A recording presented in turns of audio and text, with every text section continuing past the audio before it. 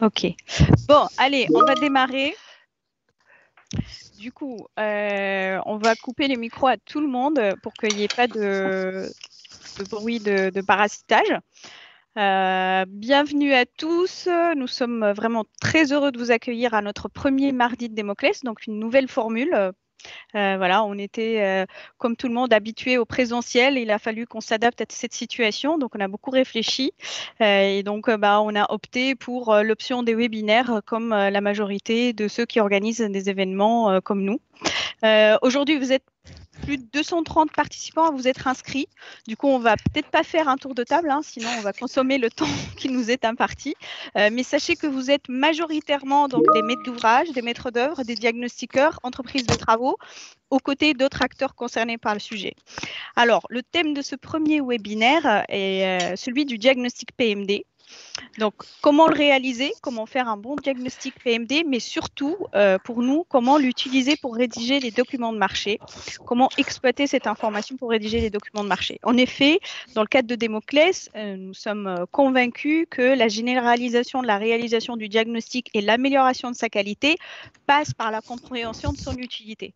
D'où cet angle qu'on donne à ce webinaire, c'est comment exploiter les données d'un diagnostic dans la rédaction des documents de marché en tant que maître d'ouvrage. Donc, très rapidement, lors du jour, nous commençons avec Olivier Perret, donc chef de projet contrôle du respect des règles de construction et de dispositifs incitatifs pour la valorisation des déchets du bâtiment, à la direction de l'habitat et de l'urbanisme des paysages, qui va donc nous faire un point à date sur l'évolution réglementaire autour du diagnostic PMD.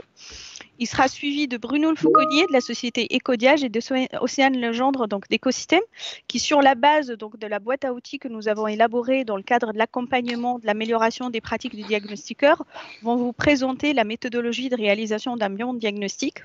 Et pour finir, Aurélien Perroux, responsable de l'agence de Rouen-Paris de la société AD Conseil, va nous présenter sur la base d'exemples comment exploiter les résultats d'un diagnostic PMD dans les marchés de travaux.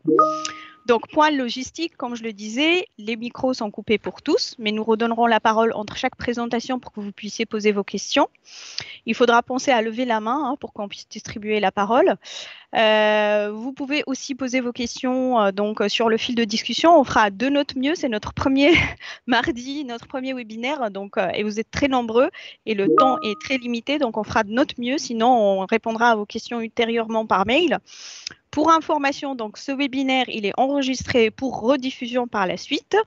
Voilà, donc ça c'était les éléments d'introduction et je passe donc la parole à Olivier qui ouvre le webinaire avec sa présentation. Bonjour à tous. Alors, comme l'a dit Rim, je travaille au sein de la DHUP, donc au sein du ministère de la Transition écologique.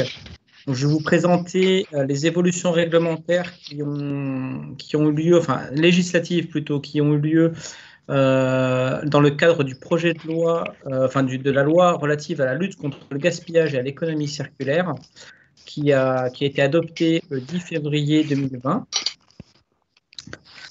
Donc tout d'abord, il faut savoir que c'est une révision d'un dispositif qui existait déjà, c'est le diagnostic déchets, qui existe depuis, qui est applicable depuis 2012. J'entends justement le Canada qui s'énerve. Vous m'entendez ? J'ai des échos.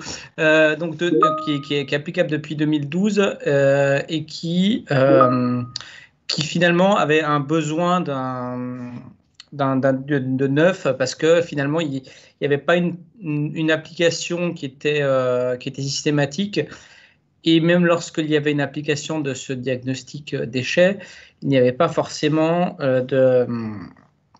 il n'était pas forcément bien utilisé, ou alors il n'était pas forcément toujours de qualité. Donc il y avait besoin de réviser ce dispositif. Donc, j'ai axé ma présentation autour de 6 principales modifications qui ont été apportées par l'article 51 de la loi AGEC, qui sont, comme vous voyez, le périmètre du diagnostic, le renforcement du volet réemploi, l'indépendance du diagnostiqueur, les compétences et ses compétences. Ensuite, la déclaration et la publicité du diagnostic qui est renommé produits, matériaux et déchets. Donc la première chose, c'est le périmètre diagnostique. Donc il faut savoir que le diagnostic avant était uniquement réservé aux démolitions ou réhabilitations lourdes qui concernaient principalement en fait les réhabilitations lourdes. C'est lorsqu'on détruit une partie du bâtiment, une partie de la structure du bâtiment. Donc nous, ce qu'on souhaitait, c'était introduire les réhabilitations significatives, notamment pour introduire des opérations de rénovation qui ne touchent pas forcément à la structure du bâtiment, mais qui génèrent quand même des quantités importantes de déchets de seconde œuvre. Et notamment déchets de seconde œuvre qui dit déchets importants, beaucoup de déchets non dangereux, qui encore ont un taux de valorisation qui est faible. On parle de moins de 30% de valorisation. Donc la volonté d'ouvrir ce diagnostic à ces opérations de réhabilitation significative, c'était inciter les acteurs de la construction à trouver des solutions pour la valorisation de ces déchets non dangereux. Ensuite, on passe au volet réemploi. Donc, c'est vrai que c'est un volet qui était déjà présent dans le diagnostic initial, qui date de 2012, mais on souhaitait déjà on renomme le diagnostic déchets par un diagnostic produits, matériaux et déchets pour bien introduire les notions justement de réemploi avec les produits et matériaux avant qu'ils ne deviennent des déchets. Il faut savoir que Excusez-moi, est-ce qu'il y a une présentation ou pas? Parce qu'on ne voit rien à l'écran.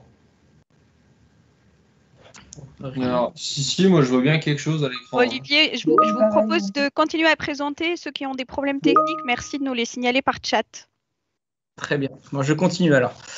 Et notamment, il y a des donc dans ce diagnostic déchets, donc produits, matériaux et déchets, il y avait notamment des préconisations sur la gestion, le stockage et le transport des déchets en vue du réemploi et de la valorisation. Il y a également notamment un lien avec la hiérarchie des modes de traitement. C'est-à-dire qu'il n'était pas forcément explicite dans le décret, dans la loi précédente, mais dans cette nouvelle loi, on cite explicitement la hiérarchie des modes de traitement à partir de justement la prévention, c'est-à-dire éviter les déchets, donc notamment par le réemploi, et ensuite la réutilisation, la valorisation matière et la valorisation énergétique. Quoi? J'ai déjà répondu en fait. Alors, Rim, on t'entend. Je vais continuer, notamment sur l'indépendance du diagnostiqueur.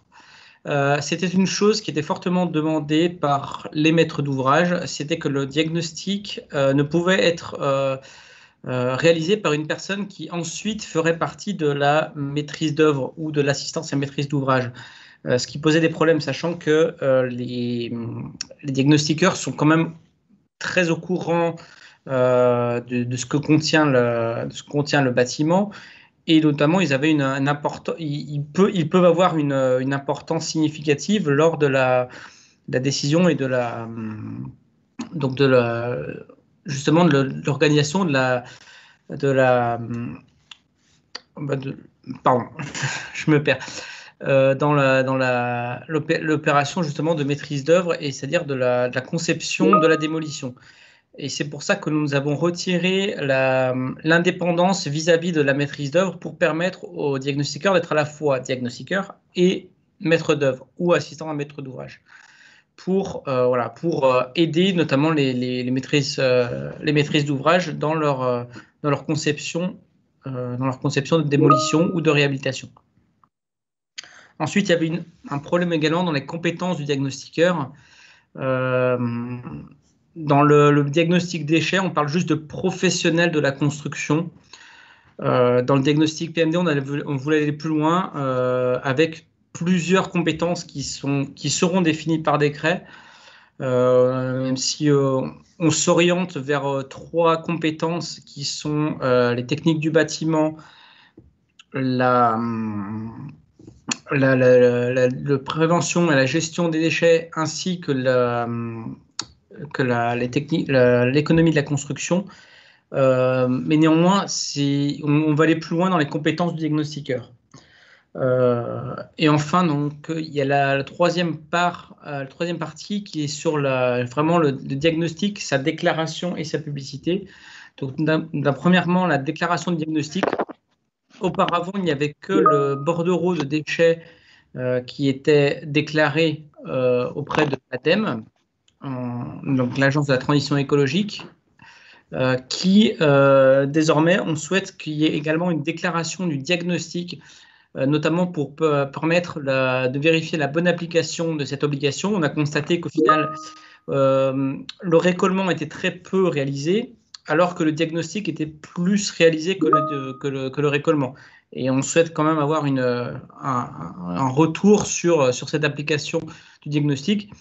Et enfin, pour la publicité du diagnostic, ça va permettre de mettre en lien, en amont de l'opération de démolition ou de réhabilitation, les maîtres d'ouvrage et les filières de réemploi et de valorisation qui peuvent potentiellement accueillir les déchets et les produits, matériaux et déchets qui sont issus de cette démolition ou réhabilitation.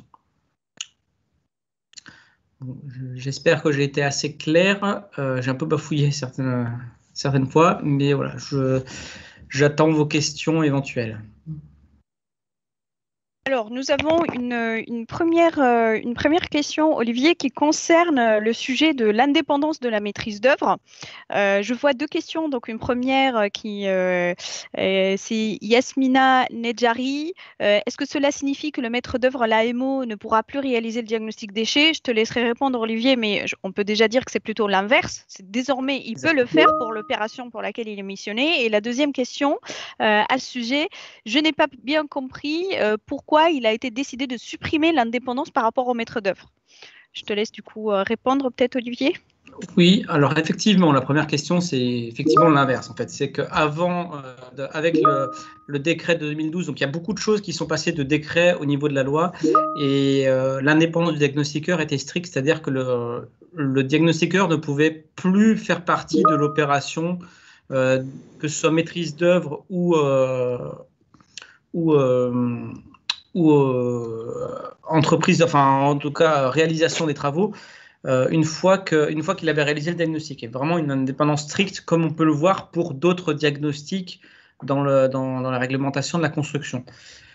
Ensuite, la deuxième question, qui était pourquoi on voulait ça, c'était une forte demande de la maîtrise d'ouvrage. Et sachant que c'était une réglementation qui était peu appliquée, on souhaite quand même qu'elle soit de mieux en mieux appliquée. Le fait de libérer cette contrainte de prendre un maître d'œuvre différent du maître du diagnostiqueur permet justement au maître d'ouvrage de faire plus de diagnostics et notamment de mieux utiliser ces diagnostics. Sachant que ce sera la même personne dans ce cas-là qui sera à la fois maîtrise d'œuvre et la personne qui a réalisé le diagnostic. Alors, Olivier, il y a plusieurs questions. On va essayer peut-être de répondre à 2 voix, peut-être pour certaines questions qui sont plutôt assez simples. Il y aura 2 publications, une du diagnostic PMD et une autre pour le récollement. On est bien d'accord que oui, il y aura 2 déclarations à faire. Donc, une pour la phase diagnostic au moment où on réalise le diagnostic, une au moment où on a fini le chantier, on fait le récollement. Alors, une question plutôt pour toi. Qui est l'organisme qui collectera les diags pour faire la promotion des matériaux? Y a-t-il une plateforme précise pour diffuser le diagnostic sur l'ADEME ou sur le site du MTES? Alors, pour l'instant, ça ne l'a pas été décidé, ça sera décidé par décret. Effectivement, jusqu'à... on a demandé à l'ADEME de faire un peu une étape de transition. A priori, l'ADEME ne sera plus en capacité de recevoir ces diagnostics. Nous sommes en train d'étudier justement les possibilités pour savoir qui récoltera ces diagnostics. En tout cas, ce que l'on peut dire, c'est que ce sera, de par la gestion des informations, ce sera un organisme public qui sera désigné. Donc, cela répond à une partie des questions qui concernent quelles sont les modalités de publicité. Donc, voilà, ce sera le décret qui viendra préciser l'ensemble de l'application de ces nouvelles obligations. Ici, l'objet, c'est déjà de prendre conscience qu'elles vont arriver et donc de s'y préparer. Y a-t-il des contrôles sanctions associés à la non-réalisation du diagnostic pour les MOA qui sont soumis à cette obligation? Alors oui, en fait, il y avait déjà des obligations, une possibilité de contrôle par l'État et par les collectivités territoriales à travers le contrôle du respect des règles de construction, où le diagnostic est clairement désigné dans le cadre de ces contrôles du respect des règles de construction. D'ailleurs, vous pourrez voir à travers il y a certains amendements qui sont proposés par la majorité et le gouvernement dans le cadre du projet de loi climat résilience, qui cadre vraiment ce contrôle qui se basera sur un contrôle sur pièce. En pratique, on ne sait pas encore si ce sera les services déconcentrés de l'État ou si ce sera les collectivités territoriales qui le feront. En tout cas, on laisse la possibilité aux deux organismes de le faire. Okay. Une dernière question avant de passer à la suite de la présentation. Ça concerne le calendrier du décret. J'ai vu plusieurs questions sur quand est-ce qu'il va paraître, dans quel calendrier, combien de décrets sont prévus concernant le diagnostic PMD, voilà. Alors le calendrier, donc il y a 2 décrets qui sont prévus. Il y a un décret en Conseil d'État et un décret simple. Les deux seront publiés en parallèle. Nous sommes actuellement en phase de consultation auprès du Conseil d'État, donc sachant qu'il y a eu des différentes consultations du public obligatoires et également le Conseil supérieur de la construction et de l'efficacité énergétique, ainsi que le Conseil national d'évaluation des normes qui ont été consultés. Donc nous travaillons actuellement avec le Conseil d'État pour aboutir à un décret le plus vite possible. Comme je l'avais dit à RIM, nous espérions que ce décret soit publié avant cette réunion-là. Malheureusement, ça n'a pas pu être le cas, sachant que le Conseil d'État est très occupé en ce moment, donc c'est difficile de caler des dates. Mais en tout cas, nous espérons le faire le plus rapidement possible. Parce que dans tous les cas, nous avons la contrainte du 1er juillet 2021. On espère qu'on n'ira pas jusque-là. Mais voilà. Okay. Ok, merci beaucoup Olivier. En tous les cas, pour tous, il y a déjà une réglementation qui existe. Le texte concernant le diagnostic existe et donc l'obligation de réaliser le diagnostic, elle existe déjà. Donc toutes ces améliorations, voilà, il faut s'y préparer et pour bien s'y préparer, on vous propose de passer à la deuxième présentation, donc avec Océane et Bruno sur qu'est-ce qu'un bon diagnostic, comment réaliser un bon diagnostic. La parole est à vous. Bonjour, est-ce que vous m'entendez? Oui. Super, top. On te voit, on t'entend. Super. Donc avec Bruno, aujourd'hui, on va vous présenter qu'est-ce qu'un bon diagnostic PMD. Déjà, pour rappel, un diagnostic, comment vous pouvez l'utiliser et quel est son intérêt? C'est un outil de planification qui est incontournable et qui va aider l'ensemble des acteurs tout au long du chantier. Si vous êtes maître d'ouvrage, par exemple, ça va vous permettre d'identifier les opportunités de réemploi et de valorisation des déchets que va générer votre chantier. Ça vous permettra également de faire une première estimation budgétaire concernant la gestion des déchets du chantier. Ça vous permettra d'inclure des clauses dans vos documents de marché à destination de la maîtrise d'œuvre ou des entreprises de travaux qui seront au plus proche de la réalité et notamment de fixer des objectifs de réemploi ou de recyclage qui soient réalistes. Si vous êtes entreprise de travaux, ça vous permettra d'affiner le chiffrage le plus précisément possible lors de votre réponse à appel d'offres et de fournir un SOGED qui soit techniquement et économiquement au plus près de la réalité du chantier et ça vous aidera à répondre au mieux aux demandes du maître d'ouvrage. Enfin, le diagnostic PMD va vous servir à tous comme référence de la traçabilité pour la gestion de vos déchets tout au long du chantier. Donc finalement, le diagnostic PMD, c'est vraiment un outil qui est indispensable, incontournable pour vous aider tous les acteurs du chantier à démarrer cette démarche de prévention et de gestion des produits, matériaux et déchets qui devront être valorisés tout au long du chantier. Pour accompagner les acteurs dans l'évolution de leurs pratiques et dans cette appropriation du diagnostic PMD, dans le cadre de Démoclès, on vous met à disposition une boîte à outils. Cette boîte à outils, elle comprend un guide de bonnes pratiques dans lequel vous allez retrouver donc notamment les évolutions réglementaires que vient de vous présenter Olivier Perret, mais également une fiche métier du diagnostiqueur, quelles sont les compétences que dont le diagnostiqueur doit disposer pour réaliser un diagnostic de qualité, comment utiliser le diagnostic tout au long du chantier et quel est le rôle de chaque acteur tout au long du chantier. On vous propose également dans ce guide comment réaliser le diagnostic en 4 étapes. C'est cette partie qu'on va vous présenter un peu plus aujourd'hui. Dans la boîte à outils, on retrouve également une grille d'inventaire du diagnostiqueur. Donc, c'est presque l'outil essentiel, le plus important de cette boîte à outils, donc, dans lequel on va vous proposer une nomenclature des principaux produits, matériaux, équipements qu'on va retrouver dans un bâtiment. L'objectif, c'est que les diagnostiqueurs puissent l'utiliser, se l'approprier et comptabilise vraiment tous les produits, matériaux et déchets qu'il y a dans un bâtiment. On vous propose également 20 fiches pratiques donc sur les principaux équipements et matériaux qu'on va retrouver dans un bâtiment, par exemple les plafonds suspendus, le chauffage ou encore les revêtements de sol. Ce sont des fiches recto-verso avec quelques conseils pratiques pour bien identifier ces différents produits et matériaux. Et enfin, on vous propose 10 tutoriels vidéo. Donc, ce sont des vidéos de 2-3 minutes, assez courtes, très pédagogiques, qui permettent d'illustrer sur le terrain un diagnostiqueur en action. Donc, par exemple, son entrée sur site, qu'est-ce qu'il va devoir repérer, quels outils il va devoir prendre avec lui. Et puis, quelques vidéos focus sur certains produits, notamment sur les matériels d'éclairage ou encore les cloisons. Donc, cette boîte à outils, elle est disponible gratuitement en téléchargement sur le site web de Démoclès. Donc, n'hésitez pas à la télécharger et puis à l'utiliser, soit en tant que diagnostiqueur pour monter en compétence sur ce sujet-là, ou en tant que maître d'ouvrage ou entreprise de travaux pour utiliser au mieux le diagnostic PMD. Pour avoir un diagnostic de qualité, il faut déjà un cahier des charges qui soit précis. En tant que maître d'ouvrage, vous devez donc rédiger un cahier des charges qui sera précis et qui vous permettra de recruter un diagnostiqueur qui vous fera une proposition qui répondra le mieux à vos exigences. Dans ce cahier des charges, on va retrouver à minima le rappel de la réglementation autour du diagnostic PMD et quels sont les minimums attendus. Une présentation du chantier et du périmètre d'intervention, ce qui permettra au diagnostiqueur de vous faire une offre qui soit la plus adaptée possible, notamment quelles sont les limites de travaux en cas de réhabilitation, quels sont les bâtiments qui sont concernés, est-ce que les déchets résiduels doivent être pris en compte ou non.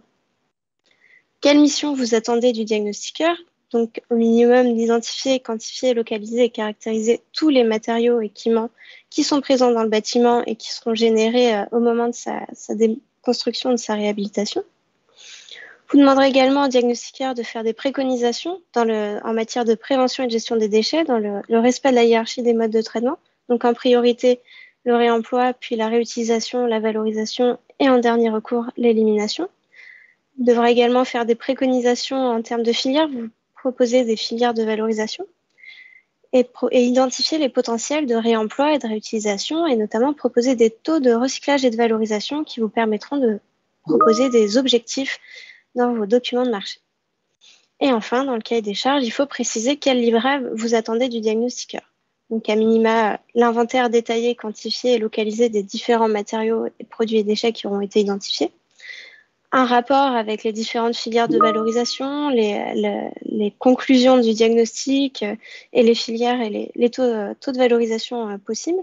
Et puis des photos qui vous permettent de comprendre ce que le diagnostiqueur a identifié. Un diagnostic, ça se réalise en 4 étapes. Première étape, c'est la prévisite qui se fait avant la remise de l'offre du diagnostiqueur. Ça permet au maître d'ouvrage et au diagnostiqueur de s'accorder sur plusieurs points, notamment les exigences qui auront été exprimées dans le cahier des charges. Le diagnostiqueur pourra ainsi vous proposer une offre qui soit le plus proche de la réalité et qui réponde au mieux à vos besoins. Au moment de la prévisite, en tant que maître d'ouvrage, vous pouvez vous assurer auprès des candidats diagnostiqueurs qui disposent bien d'une assurance pour réaliser le diagnostic. que le périmètre du diagnostic est bien défini et qu'il a bien été compris par le diagnostiqueur. Et vous vous assurez également que les autres diagnostics obligatoires, donc amiante, plomb et thermite, le cas échéant, ont été réalisés et sont disponibles et que vous pourrez remettre tous les documents au diagnostiqueur. Je vais prendre la Bruno, suite. tu as la parole. Je vais prendre la suite derrière Océane. Donc, bonjour. En complément de la présentation d'Océane, tous les documents que nous allons vous montrer concernent un exemple de diagnostic réalisé sur un bâtiment de restauration géré par le Crous de Poitiers. Ce bâtiment fait l'objet d'une rénovation partielle. La structure et une partie des salles de restauration sont conservées. La démarche est donc volontaire aujourd'hui, car nous ne sommes pas dans le cadre du décret existant. Dans le cadre de cette réhabilitation, la prévisite nous a permis de nous assurer de plusieurs points. Déjà, l'accès à tous les locaux en sécurité, de rencontrer les différents acteurs et responsables du site afin de définir les conditions d'intervention, notamment dans les cuisines. Ça nous a permis d'identifier le périmètre d'intervention avec les zones non concernées, de prendre réellement la mesure de l'étude à réaliser et de définir ainsi le temps d'intervention en vue de faire réaliser un chiffrage adapté, de nous imprégner du bâtiment, notamment en conservant quelques photos prises, que ce soit de l'extérieur ou à l'intérieur, et enfin de définir nos moyens d'intervention et de préparer une grille d'inventaire qui soit la mieux adaptée. Pour terminer, cette prévisite permet aussi, lors de la discussion, d'identifier les documents qui seront mis à notre service en vue du diagnostic. Océane. Super. Donc, la prévisite a été faite, le diagnostiqueur a été retenu par le maître d'ouvrage, donc il peut commencer l'étude documentaire, donc la deuxième étape. Ça va lui permettre de préparer au mieux son travail de caractérisation et de quantification des déchets quand il ira sur le terrain. Tous les documents qu'aura pu lui remettre le maître d'ouvrage vont faciliter son intervention. Et plus il a de documents qui lui sont utiles, plus ça lui permettra d'avoir une meilleure quantification des différents produits, matériaux et déchets que générera le chantier. Parmi les documents que le maître d'ouvrage peut remettre au diagnostiqueur, donc on retrouve évidemment les diagnostics réglementaires plomb, amiante et thermite, mais aussi tous les documents qui sont liés à la vie du bâtiment dans le cadre de réhabilitation, de maintenance, les plans s'ils sont disponibles, tous les inventaires ou différents rapports qui auront été produits tout au long de la vie du bâtiment depuis sa construction. Dans le cadre du présent chantier, on a eu la chance que le Crous mette à notre disposition un nombre de documents très intéressants, notamment déjà des plans, que ce soit les plans de niveau ou plans d'élévation, mais aussi tout un diagnostic sur chauffage, ventilation et climatisation qui nous a permis d'identifier à l'avance les organes à repérer. En complément, slide suivant. En complément, on a eu cette chance inouïe de récupérer un diagnostic amiante avant travaux, ce qui est souvent plus difficile. Et non seulement nous avons récupéré un diag amiante avant travaux, mais renseigné à la façon de nos grilles, ce qui nous a permis de compléter l'inventaire réalisé sur les déchets en intégrant tous les matériaux et produits contenant de l'amiante. Comme le disait Océane, tous les documents sont les bienvenus. Le DOE, c'est un élément appréciable, mais tout comme un registre de maintenance qui va donner des informations sur l'ensemble des équipements, ou même simplement des synoptiques d'infrastructures techniques qui vont nous renseigner sur ne serait-ce que sur des longueurs de câbles. Une fois cette étude documentaire réalisée, le diagnostiqueur se rend sur site pour faire son étude. C'est à ce moment-là qu'il va caractériser et quantifier précisément le gisement de produits, matériaux et de déchets du site. On va pouvoir prendre à ce moment-là la décision de commanditer un diagnostic ressources ou non dans un second temps, en fonction de l'état réel des matériaux, des équipements qui seront sur le site. Est-ce qu'ils ont été dégradés ou est-ce qu'ils sont encore en bon état? Est-ce qu'il y a un potentiel donc de réemploi? Ça lui permettra au diagnostiqueur de faire des recommandations pour une dépose sélective des différents éléments dans le respect de la hiérarchie des modes de traitement et ces recommandations doivent être adaptées à la réalité du site. Pour que le diagnostiqueur réalise cette étude sur site dans les meilleures conditions possibles et que le diagnostic soit d'une très bonne qualité, en tant que maître d'ouvrage, il faut vous assurer de certains points, notamment que le diagnostiqueur ait accès à l'ensemble des locaux, soit en lui remettant les clés, soit si une personne est disponible sur place pour lui ouvrir les différentes pièces. Ça lui évitera d'avoir à faire des hypothèses et qu'on ait des résultats qui soient vraiment au plus proche de la réalité du bâtiment. Idéalement, il faut un représentant du maître d'ouvrage sur place ou que le diagnostiqueur soit accompagné. Il ne faut jamais que le diagnostiqueur intervienne seul sur un site, à minima pour assurer sa sécurité. Le point crucial dans cette phase 3 concerne l'inventaire qui doit être le plus exhaustif possible. De ce fait, la grille de saisie peut s'avérer conséquente. D'une typologie de bâtiment à un autre, on pourra renseigner 300 lignes, 600 lignes, 1000 lignes, pourquoi pas, même si le CERFA officiel aujourd'hui n'en concerne que 37 en synthèse. Le groupe de travail Démoclès a choisi 7 rubriques aujourd'hui dans le cadre de la réalisation du guide. C'est une proposition. La première concerne le second œuvre, tout ce qui va être porte, cloison, faux plafond, etc. La seconde concerne les réseaux, les eaux vannes, les eaux pluviales, les eaux usées, la climatisation, la ventilation, le chauffage, le courant fort, courant faible, sécurité.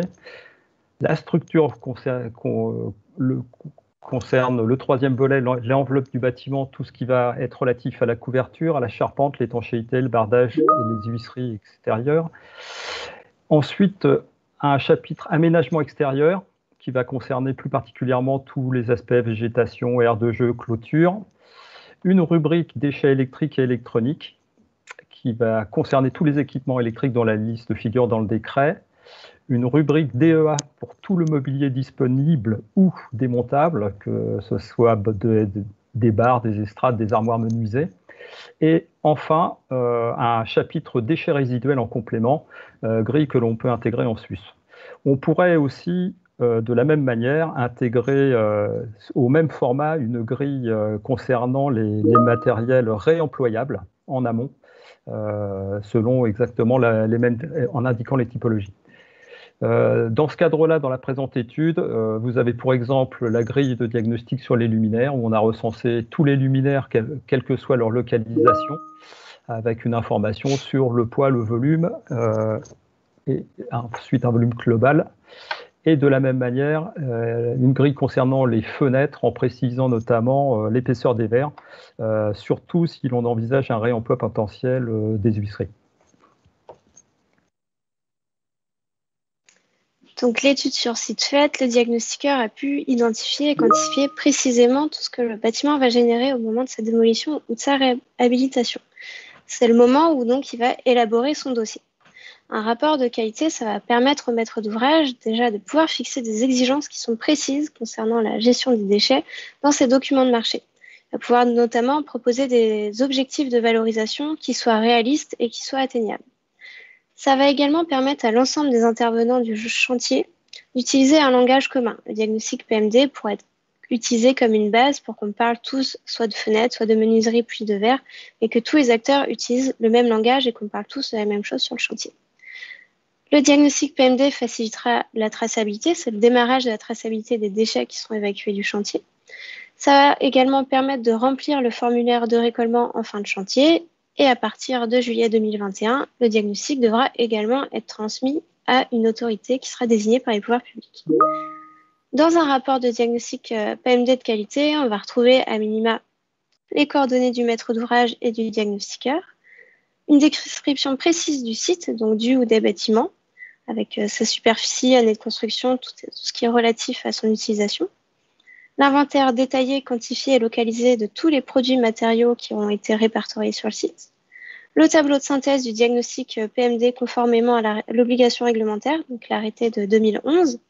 L'attestation d'assurance de l'organisme et du diagnostiqueur. Tout ce qui va concerner les filières qui auront été identifiées par le diagnostiqueur et tous les potentiels de réemploi et de valorisation identifiés par le diagnostiqueur. Alors, conformément à ce que vient de citer Océane, on va retrouver dans un document qui est un abrégé pour des questions pratiques. On a supprimé quelques pages.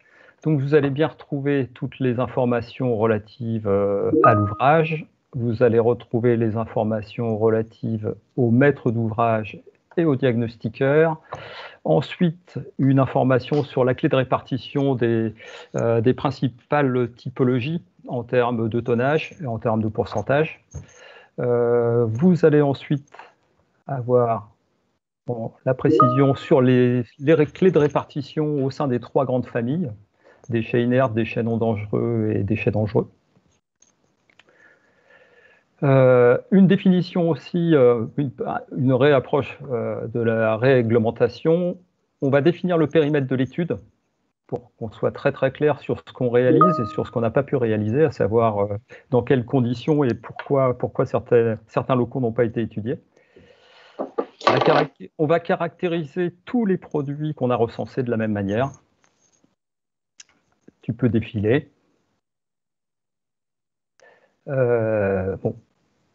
On explique aussi comment sont constituées les minutes d'études de la même manière, mais enfin là, pas de surprise, hein, c'est conforme au guide des bonnes pratiques. Et puis, je veux bien que tu reviennes. Voilà. Et puis aussi, un petit tableau, alors qui lui n'est pas aujourd'hui exigé dans le décret, mais néanmoins qui peut donner des informations particulières. On intègre un tableau basé sur le tri à la source sur un chantier par typologie, ce qui nous conduit à un pourcentage théorique de valorisation. Alors bien évidemment, c'est toujours basé sur la volonté de trier à la source afin d'obtenir ce type de résultat. Là, en l'occurrence, sur un chantier qui concerne surtout du second œuvre, si on arrive à suivre les préconisations de tri, on doit à peu près avoisiner les 74%. Mais on peut sûrement encore mieux faire. En complément, et tu peux défiler, après ça, dans nos annexes, on va présenter un tableau des filières de recyclage, en essayant d'être le plus précis possible et d'aller chercher les acteurs les plus locaux possibles, sachant que c'est pas toujours envisageable, bien évidemment. Toutes les régions ne sont pas dotées de la même manière, notamment en ce qui concerne le traitement des déchets dangereux, qui est plus particulier et qui est plus régional que départemental. On va ensuite avoir normalement notre restitution au format conforme réglementaire, avec un renseignement sur les 37 lignes, enfin notamment sur les lignes qui sont réellement présentes. Derrière ça, on va intégrer les minutes d'étude, précisément. Ah, on les a pas. Bon, c'est pas très grave. On les a vus de toute façon juste avant. On va intégrer les minutes d'étude et on peut pousser le bouchon un petit peu plus loin en donnant des informations complémentaires, des plans, des photos et ce type de synthèse avec une répartition qui est déjà proche du décret PMD où on va décliner les équipements en fonction de leur potentiel et matériaux en fonction de leur potentiel, soit de réemploi, réutilisation, recyclage, valorisation matière ou élimination.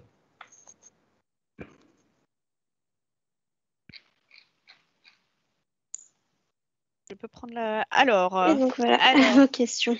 On a beaucoup de questions qui vous attendent. Alors, la première question concerne le sujet des déchets résiduels. Donc, qu'est-ce qu'on veut dire par déchets résiduels? Alors, par déchets résiduels, on entend tous les déchets qui ne font pas forcément partie du bâtiment. Je m'explique. Déchets résiduels, pour vous donner quelques exemples, c'est du mobilier, ce sont des vêtements, ce sont des déchets chimiques divers, des produits d'entretien, etc. En gros, tout ce qui va pouvoir être déplacé facilement, tout ce qui va être relativement mobile et qui ne fait pas partie intrinsèquement du bâtiment. D'accord. Alors, une autre question va concerner le degré de précision de la localisation des matériaux, niveau ensemble de pièces, local. Quel est le degré de précision? C'est fonction des desiderata du maître d'ouvrage. S'il veut une précision à la pièce, à la zone, à l'étage, au bâtiment, de toute façon, on va par défaut toujours indiquer, donner des informations par étage et par bâtiment, mais on peut effectivement aller un petit peu plus loin. On peut indiquer en fonction des locaux, si c'est des locaux particuliers, faire une restitution au local. Okay. Alors, on a une question, on l'a eu tout à l'heure aussi pour Olivier Perret, c'est le périmètre, donc diagnostic PMD et diagnostic ressources. Je n'ai pas bien compris comment le diagnostic PMD et le diagnostic ressources seront censés se compléter. Est-ce que vous m'autorisez à apporter peut-être un éclairage, celui des arbitrages qui ont été faits, en tous les cas, dans le cadre des groupes de travail des Moclès? C'est bon pour toi, Bruno, Océane? Bien sûr. Très rapidement, donc Justine, au sujet du périmètre, donc diagnostic PMD, diagnostic ressources, les groupes de travaux ont tous été d'accord pour dire que le diagnostic ressources, c'est une couche supplémentaire qui est faite après le diagnostic PMD. Le diagnostic PMD va identifier des potentiels, faire des recommandations, donner on va dire, un état des choses, dire que c'est potentiellement réemployable.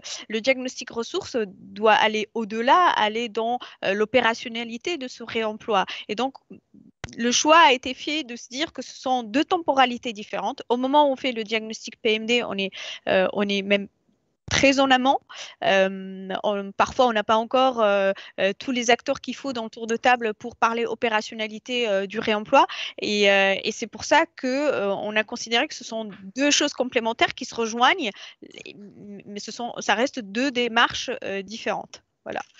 J'espère que j'ai répondu. Et d'ailleurs, dans notre guide, il y a une partie dédiée à la distinction donc, entre le diagnostic ressources et le diagnostic PMD.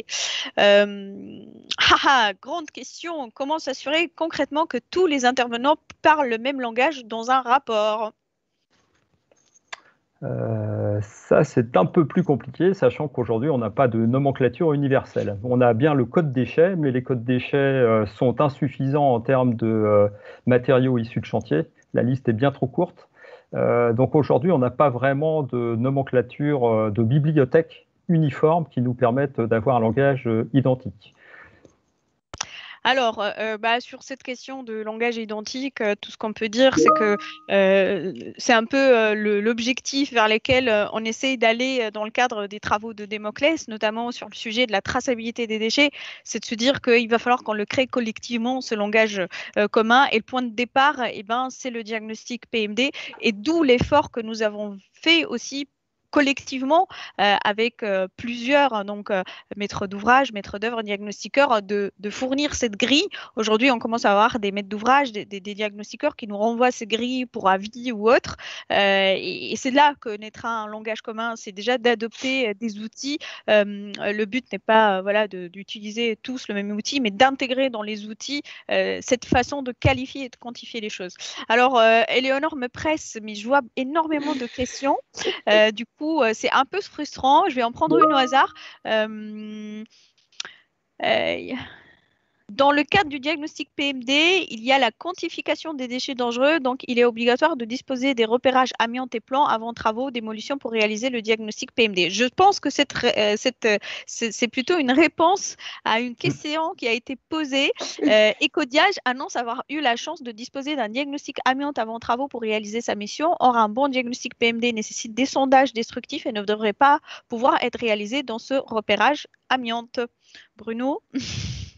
En l'occurrence, justement, ça a été bien fait, c'est que nous, on n'a pas eu à faire de destructif. De toute façon, on ne fait pas forcément de destructif non plus sur un bâtiment occupé, encore en occupation, encore en activité. Donc, on s'est basé sur le diag amiante, bien sûr, mais de toute manière, le PMD, il n'y a jamais de sondage destructif si on n'a pas le diagnostic amiante avant travaux préalablement, puisque sinon, c'est nous qui risquons de disperser de l'amiante.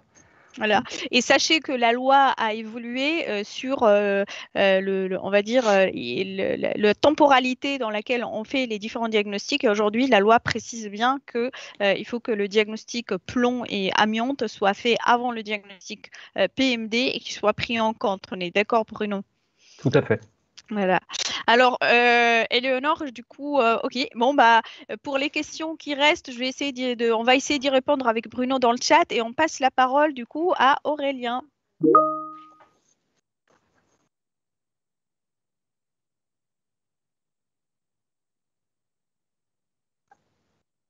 Aurélien, est-ce pas. que... Appelle-le. Si. Tu es là, Aurélien?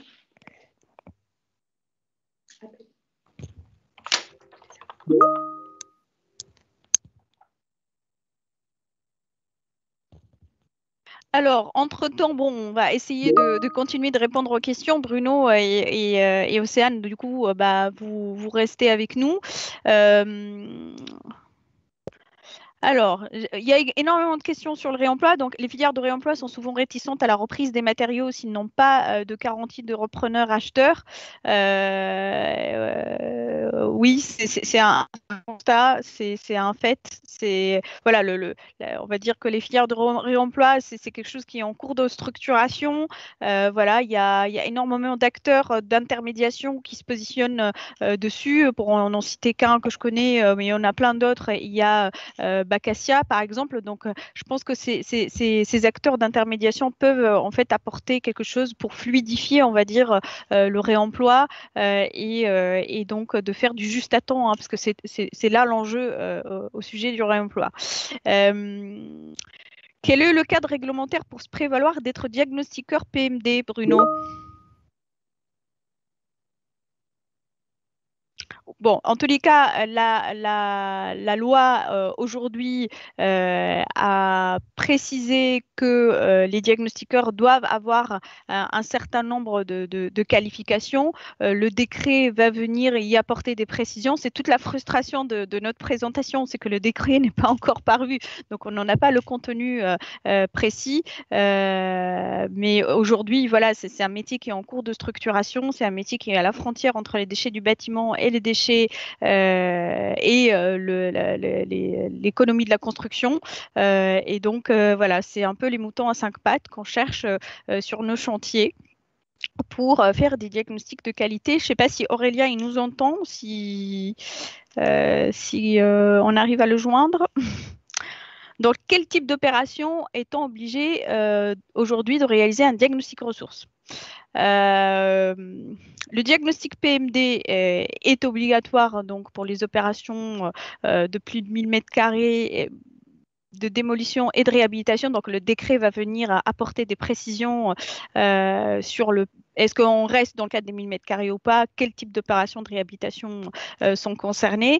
Le diagnostic ressources, comme on le disait tout à l'heure, aujourd'hui découle ou c'est la suite logique d'un diagnostic PMD lorsqu'on veut aller vers plus de réemploi. Donc, en fait, on va dire que c'est à l'initiative du maître d'ouvrage et de sa volonté de faire du réemploi.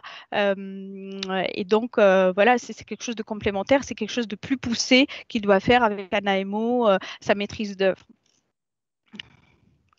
Alors, est-ce qu'on a d'autres questions? Et on a un petit souci à joindre Aurélien, du coup. Est-ce qu'on lui a fait un petit mail? Oui, alors Aurélien nous entend, mais n'arrive pas à nous parler visiblement. Est-ce qu'on va désactiver peut-être tous les Est-ce que là, micros? c'est mieux? Ah oui, c'est bon, on t'entend. Ah, voilà, on va y arriver. Désolé, Voilà. bonjour à tous. Les joies du webinaire. Donc, effectivement, moi, je vais vous parler aujourd'hui de comment exploiter un diagnostic PMD pour arriver globalement jusqu'au CCTP. Si tu veux bien te défiler, voilà. Avant, Bruno et Océane vous ont parlé de la réalisation du diagnostic PMD. Moi, je vais vous parler de la phase un peu AVP et Pro DCE qui va nous emmener à consulter nos entreprises. On est vraiment dans ces phases-là et les autres phases seront traitées dans d'autres webinaires. Voilà, vas-y. Donc la première chose à faire quand on a un diagnostic PMD, c'est peut-être bête de le dire, mais il faut le lire, ou se le faire lire, ou se le faire expliquer, notamment par le diagnostiqueur, votre maître d'œuvre, votre AMO. Il est clair que le diagnostiqueur restera très certainement le mieux placé pour vous expliquer les différentes suggestions du check déchet, notamment lorsqu'il va vous expliquer tout ce qui va être hypothèse du diagnostic ou éventuellement les cohérences dans les estimations. Ça, c'est aussi une relecture de votre MOE à faire, c'est qu'à un moment donné, il faut pouvoir vérifier certaines cohérences. Pourquoi? Parce que dans un diagnostic de déchets type PMD, on va forcément prendre des hypothèses, notamment par exemple, l'exemple le plus courant, c'est un dallage béton qui est enfoui dans le sol avec des fondations. Il y a certains diagnostiqueurs qui vont vous prendre 20 cm, d'autres 24 cm. Si on prend ne serait-ce que 10 000 m² avec une densité de 2,5, et encore là je reprends une autre hypothèse, on va se retrouver avec des deltas de 1000 tonnes à la fin de l'estimation. 1000 tonnes, ça peut vite être embêtant sur des chantiers. Donc il faut avoir conscience de ça, c'est que dans un diagnostic de PMD, on va prendre certaines hypothèses. Et il faut avoir conscience de ces hypothèses-là pour expliquer éventuellement des fois des décalages en fin de chantier. Éventuellement, ça va vous donner aussi des opportunités justement de lancer des études complémentaires, et c'est là aussi que va intervenir Jack Resource. Alors, Jack Resource, ou j'appelle ça étude de faisabilité, aussi, c'est une opportunité de dire, est-ce qu'on reste avec ces hypothèses-là ou on va plus loin? Par exemple, l'épaisseur de dallage que je donnais tout à l'heure, est-ce qu'on va faire un carottage pour se donner une réelle estimation et un réel maîtrise de l'épaisseur du dallage? Ou est-ce qu'on se contente de dire, on se contente de l'estimation qu'on a prise et on sait qu'éventuellement, on peut avoir des quantités de béton supplémentaires. On va aussi aller voir dans les opportunités, les quantités en jeu, les filières opérationnelles. J'ai un exemple, vous avez 20 000 tonnes de béton. Du béton, on sait qu'aujourd'hui, on peut le réemployer pour refabriquer du béton. Si on a le cimentier juste à côté, ça peut être intéressant de le faire, mais est-ce qu'il va être capable d'engranger 20 000 tonnes? Ça, c'est déjà plus compliqué pour lui. Donc, c'est là aussi que Jack Resource a sa pertinence, et c'est comme ça qu'il faut le voir. C'est que Jack Resource, ou l'étude de faisabilité, va venir chercher et vérifier les hypothèses de réemploi, de revalorisation. Donc, ayez bien ça en tête, c'est que le Jack PMD aujourd'hui fait une photo à un instant T avec des opportunités de diagnostic, et on va le revoir encore après, sur lequel il faut absolument avoir un sens et un œil critique en permanence. Ensuite, il va falloir aussi discuter du gain environnemental et du coût. Est-ce que ça vaut le coup de lancer toute l'armada d'études, de valorisation, machin, pour 2 tonnes de plâtre, par exemple, dans un bâtiment? Est-ce que ça vaut le coup aussi de faire de la revalo ou de déchets quand on a un chantier à Lille et qu'il faut envoyer tout à Marseille? Donc, on va se taper des frais de transport, on va se taper un bilan carbone qui va être médiocre. Donc, il faut avoir aussi cet aspect critique. C'est bien de vouloir faire éventuellement de la revalo de déchets, de vouloir l'optimiser, mais il faut avoir aussi en connaissance de cause ce qu'on va faire. Ensuite, le deuxième point majeur, un diagnostic PMD, ça doit vivre. Ça doit vivre suivant l'avancement du projet, suivant les décisions qu'on va avoir dans le projet. Des évolutions de projet qu'on voit régulièrement, hein, donc ça paraît peut-être simple de le dire, mais je préfère le dire, c'est on rajoute un bâtiment, on supprime un bâtiment, effectivement, on va changer forcément les quantités du déchet. On rajoute un étage en réhabilitation, attention, parce que ça peut arriver plus souvent. On fait une réhabilitation lourde, on avait prévu de faire les 2 premiers étages, et puis pour finir, on a une opportunité de faire le 3e. On modifie aussi son programme de travaux. Ça peut être un sujet très rapide. Les fenêtres, par exemple, on avait dit on ne touche pas à la façade, et puis d'un seul coup, on a une opportunité, on a un budget qui nous reste, on gagne en thermique, allez, on dit on change toutes les menuiseries. Ces menuiseries qui n'étaient pas dans le Jack déchet vont être à rajouter. Donc avec une opportunité aussi éventuellement de les réemployer, de les réutiliser, mais il faut avoir tout ça en tête. Et puis, des fois, vous allez avoir des analyses critiques de votre MOE sur les diag amiantes, sur le diag plomb éventuellement. Et là, c'est pareil, vous risquez de mettre en branle votre diag déchet. Par exemple, le diag amiante, il y a eu des compléments de fait. Il met en avance des cloisons amiantées. Et toutes vos cloisons qui étaient aujourd'hui des potentiels de valorisation deviennent globalement des déchets ultimes parce qu'il y a de l'amiante dedans et qu'on ne va pas savoir séparer l'amiante des cloisons.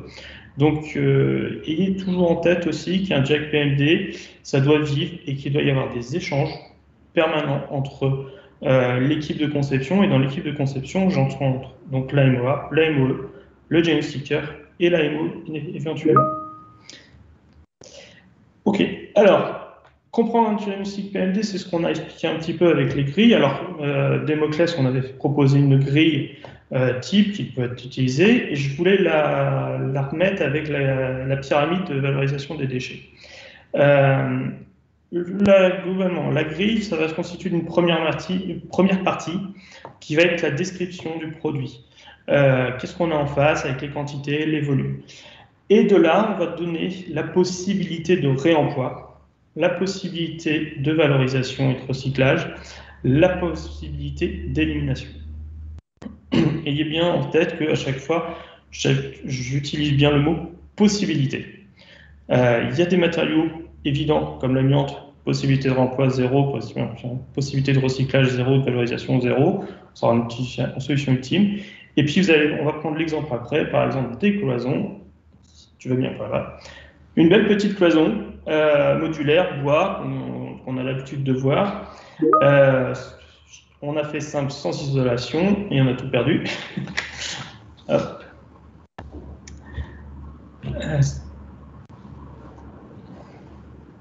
Ça a bugué complètement. Vous m'entendez encore? Oui, on t'entend. Oui, on t'entend bien, oui. Ok.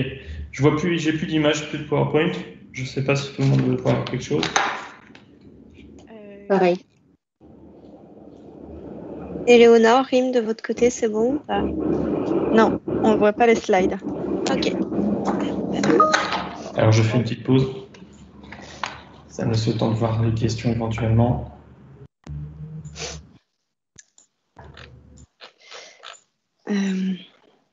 Est-ce que c'est bon? Oui, c'est bon pour moi. J'espère que c'est bon Oui. pour tout le monde. C'est bon. Alors, je recommence. Donc, des cloisons modulaires en bois, sans isolation, donc un truc classique.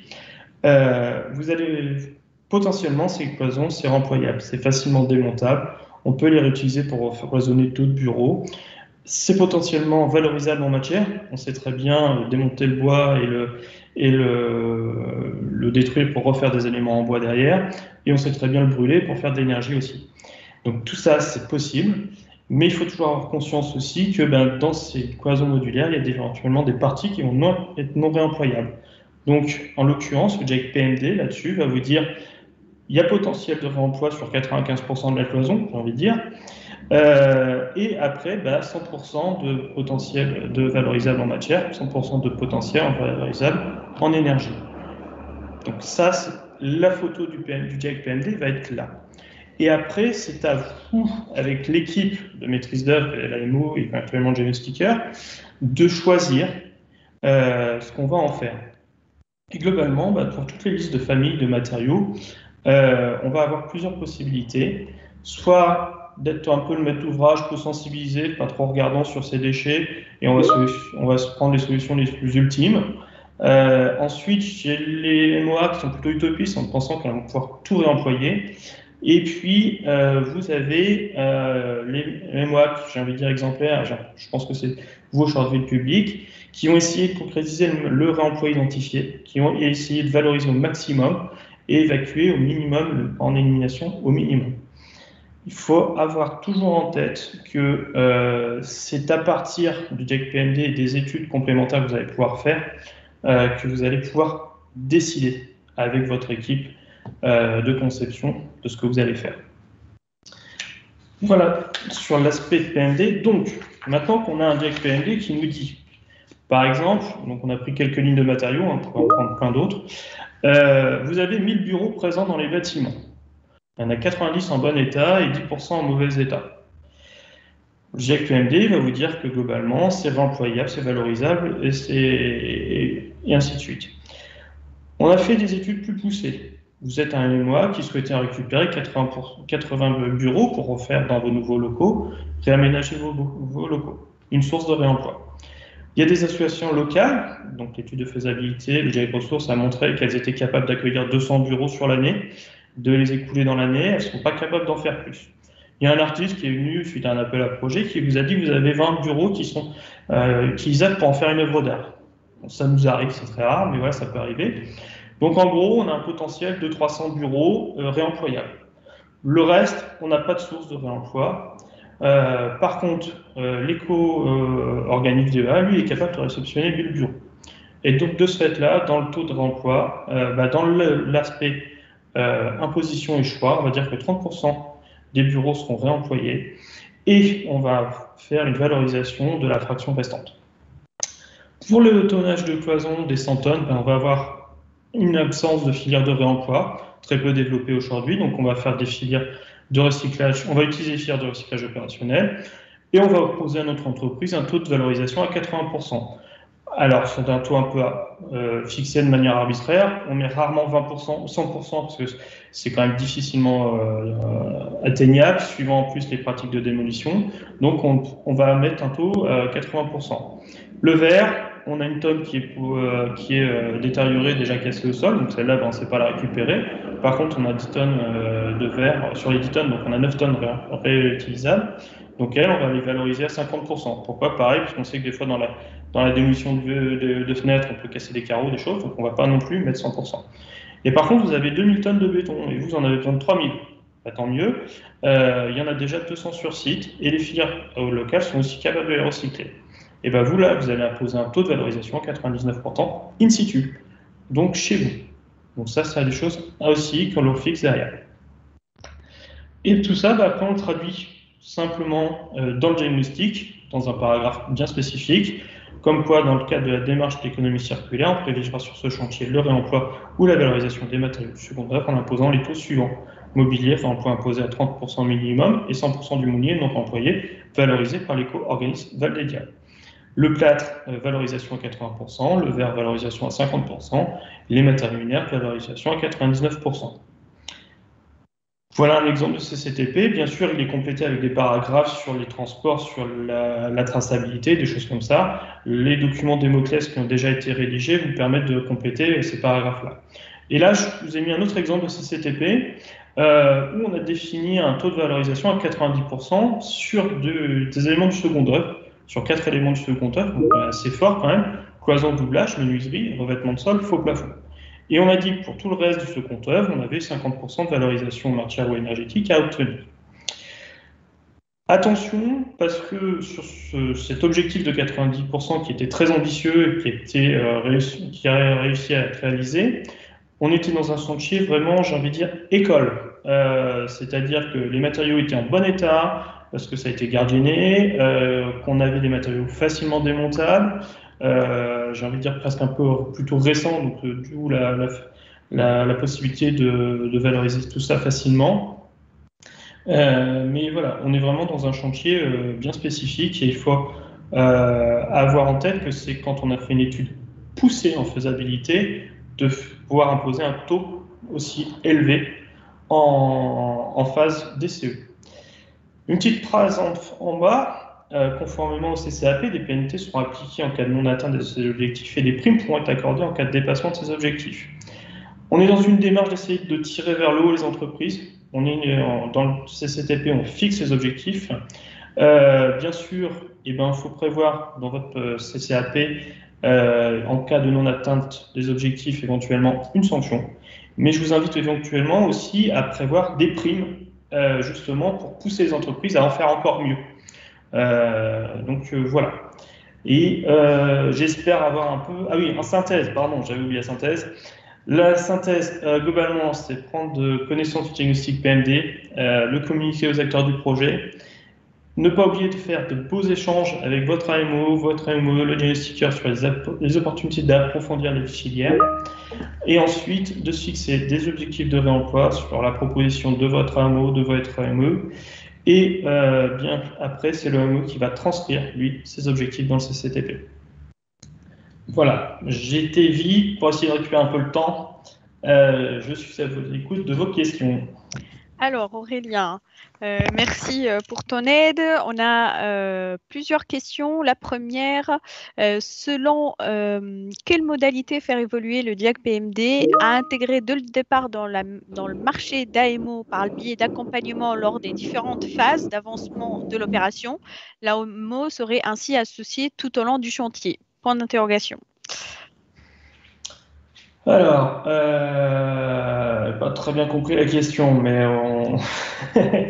selon quelle modalité faire évoluer le diagnostic PMD, donc à intégrer dès le départ dans le marché d'AMO par le biais d'accompagnement lors des différentes phases d'avancement de l'opération, l'AMO serait ainsi associé tout au long du chantier. Je pense que c'est un peu ce qu'on préconise, non? C'est ce qu'on dit, oui, effectivement.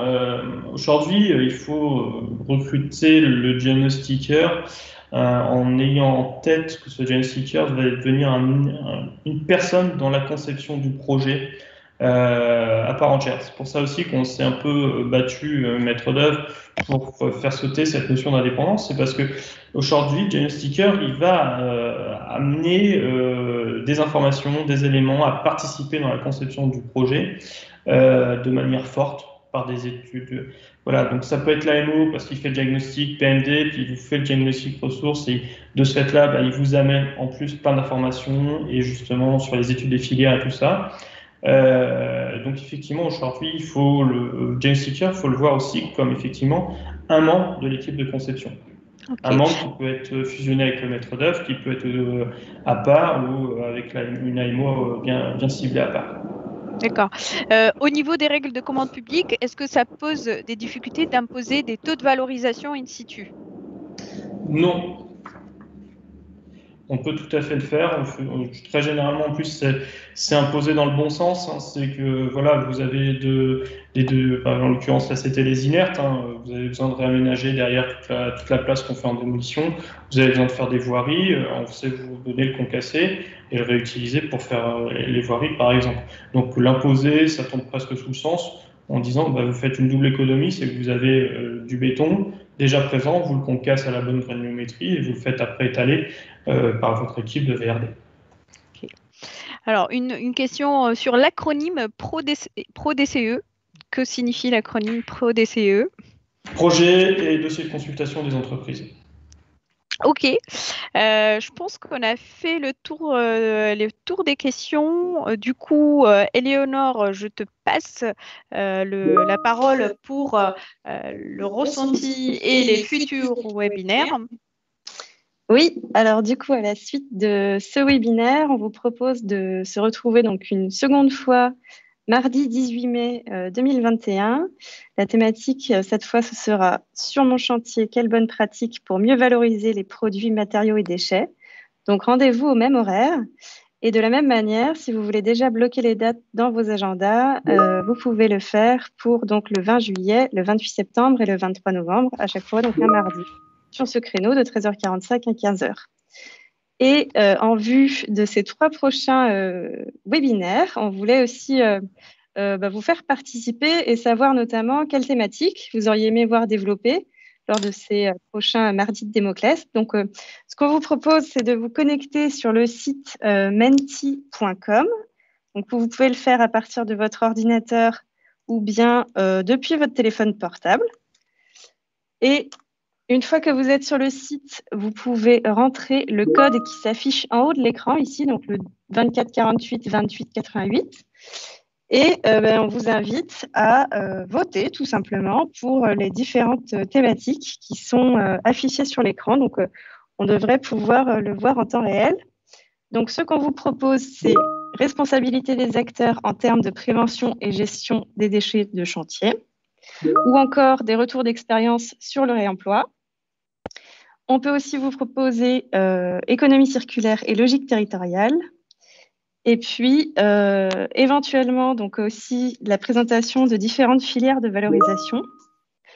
Donc, on va vous laisser un petit peu de temps pour voter sur ces 4 choix, voir lesquels récoltent le plus de votes. Donc, n'hésitez pas à vous connecter sur menti.com. Vous avez dû recevoir normalement le lien dans les commentaires. Hop, je le renvoie une deuxième fois.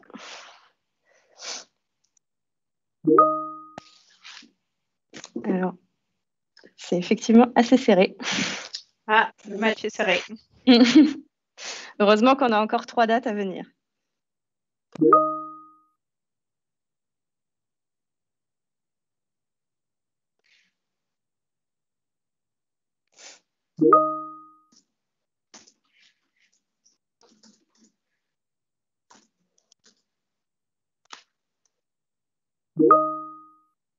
Alors, certains demandent le code, oui.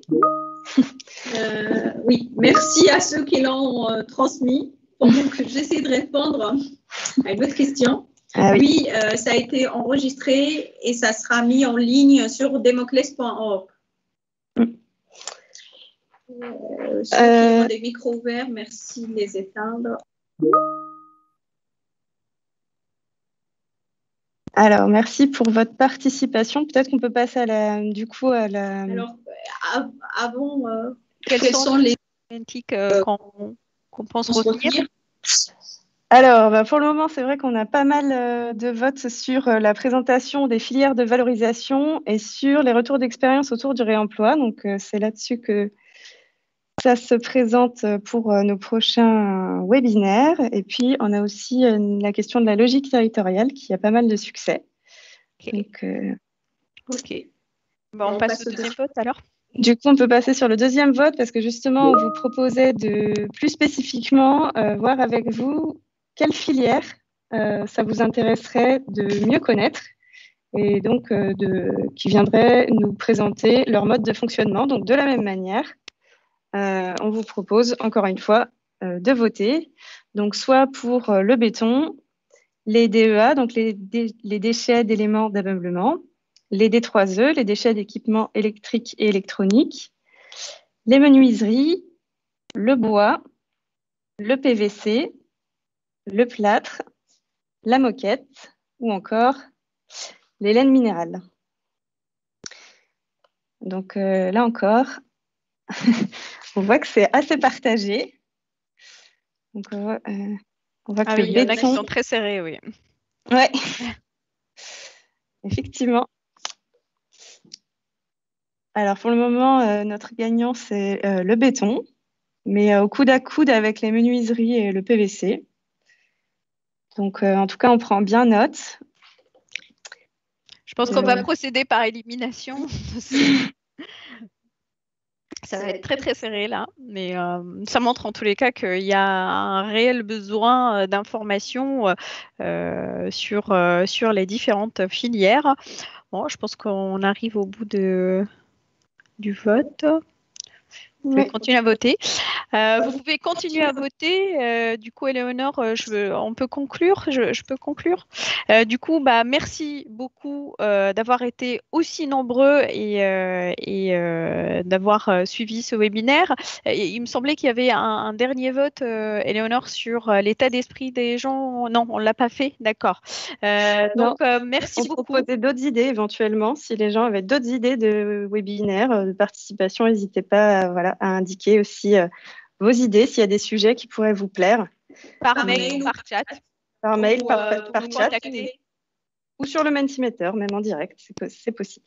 Voilà. Du coup, merci beaucoup. Merci à nos intervenants. Merci Aurélien, Océane, Bruno et Olivier qui nous a quittés. Un grand merci à tous et un grand bravo à Éléonore qui a organisé avec beaucoup d'engagement, de sérieux ce webinaire qui est une vraie on va dire, expérience en soi. Hein. C'est pas facile d'organiser. On n'est pas des professionnels d'organisation d'événements et encore moins en totalement dématérialisé. D'autant plus qu'elle passe ses examens en parallèle. Donc, un gros bravo à Éléonore. Merci à tous et très bonne journée à vous et à très bientôt.